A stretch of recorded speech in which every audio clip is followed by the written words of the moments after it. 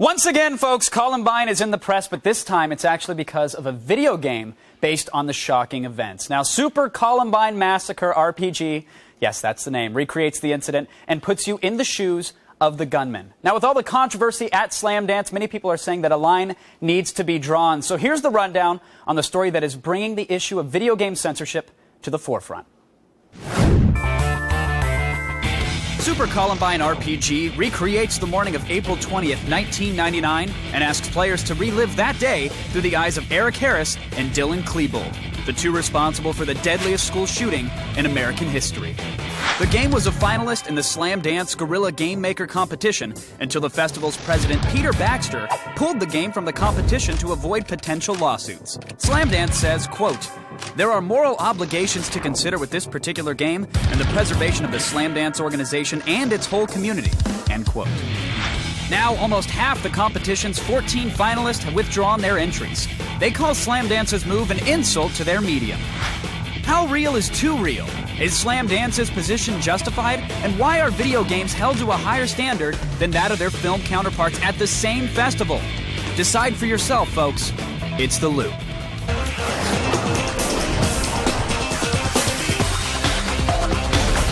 Joining us via satellite tonight from Park City, Utah, home of the Sundance and Slamdance film festivals, the creator of Super Columbine Massacre RPG, Danny Ladoni. And from Denver, gaming writer and Rocky Mountain News, or for Rocky Mountain News and editor for Kotaku.com, Brian Crescente is back for more. Welcome, gentlemen, to The Loop. Hi.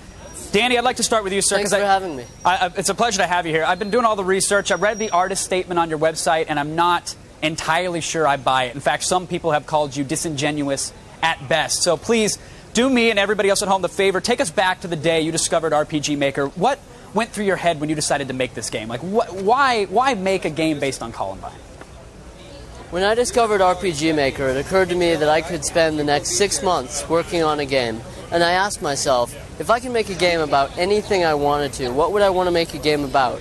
And honestly, because I was a high school student in Colorado at the time that Columbine occurred, it's an issue that never went away in my mind. And I knew that I wanted to make a game that mattered, something that was personally important. I had no idea if anyone else would ever play it, but I knew that this was something that I wanted to explore for me and from my understanding of what really happened.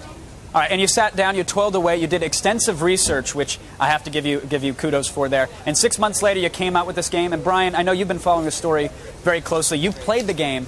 Right. What do you think of Danny's game? I think that it's an interesting concept. I think what he was trying to do is genuine. I just think that perhaps the message might get lost in the medium. Part of the problem is it's a game that's, it's an RPG, so it's got you doing a lot of actions over and over again, and the message that he's trying to deliver is sort of stuck within these hours of gameplay.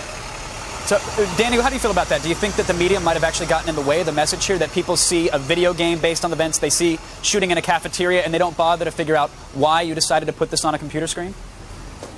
I think the message is absolutely lost in the medium because we understand often that games are children's toys. The average gamer is 33 years old, but most people don't know this. And so the idea that you could take a video game and address a real serious issue in our culture is still a very new one, and one that a lot of people aren't prepared to accept on face value. Sure. And it's one thing to address an issue with the game, but this particular title has raised several issues. And Brian, Slamdance and even Sundance, they have films that tackle sort of equally controversial topics, yet in 13 or 12 years, there's been zero censorship of any of these films, pulling the game out of fear of a lawsuit. I mean, are they justified, Brian? Do you think that was the right move?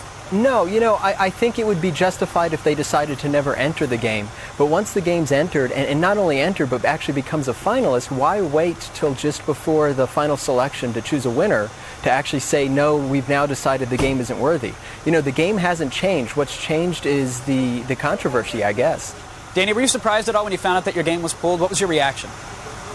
Well, honestly, while I may have been surprised that the game was pulled, I was more surprised that they asked me to submit it to begin with. Because quite honestly, for them to say, we want your game in the competition, please submit it, was almost a way of really taking on a lot of courage, because this game has a proven paper trail of being very divisive and controversial. So it really is a double-edged sword in that light. I just wish that Slamdance would have been able to stand up for their convictions and stand behind a game that they saw having a lot of merit for the game-making community. Sure. And Brian, what do you think? Is this a case of Slamdance not standing up, or do you think they would like to have the game in the finalists? They just really can't afford the lawsuit, and that's why they're backing down? You know, it's hard to say. I spoke with Peter Baxter right after the announcement was made, and I spoke with him probably for 30 or 40 minutes, and 90% of that phone call was me trying to get him to answer that question, or answer the question why. And they're just not answering it? They're Brian, reluctant to answer? I've actually talked to Peter about this in the last couple of days. We've done a lot of talking. Myself, Peter Baxter, Game Festival Director Sam Roberts. And what's clear to me now is that Slamdance simply doesn't have the resources, financially and otherwise, to spearhead this battle that really needs to be waged on the front of games to be able to handle these issues. Sure. And it's unfortunate because Slamdance really sets itself up to be that advocate. But in this case, I think the scale of this confrontation between politics, video games, the legal system is a bit bigger than one festival to accommodate. Right. And, well, festival aside, Danny, there's another issue here, and that's, as video gamers, I'm sure yourself, Brian, and myself here, we know that video games perhaps aren't the root of the cause of a lot of violence. There's many other factors and many other issues at play. But I do have to bring up, last year there was a school shooting at Dawson College, and you're very, very well aware of this case because, 19 people were injured, one person was killed, and the shooter said on his own blog, his personal blog, that your game was one of his favorites. And by no means am I implying that you're in any way responsible, but I do have to ask, do you feel that in addition to raising questions about events like Columbine, that you might have maybe glorified them by making a game about it, or perhaps even desensitized the shooter in this case to these type of events? Right. I think if you're looking for a murder simulator, mine is not really the game to pick up for that reason. The game is laced with a lot of literary references. It's a role-playing game where the player encounters a lot of facts about the case. I feel it's very unfortunate that Kim Vir-Gil did what he did in Dawson College, but of course we need to recognize that video games are not the cause of this kind of behavior. In fact, my game was made as a response to the idea that video games should be demonized or vilified as scapegoats for the kinds of things that go on in our culture today. All right, well, I want to thank you, both Danny and Brian, for joining us today. It's a pleasure to have you guys keeping us in the loop.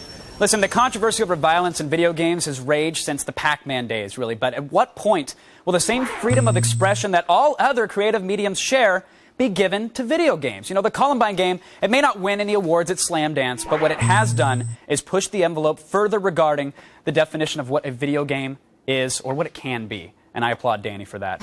Attack of the Show, weeknights at 7, only on G4.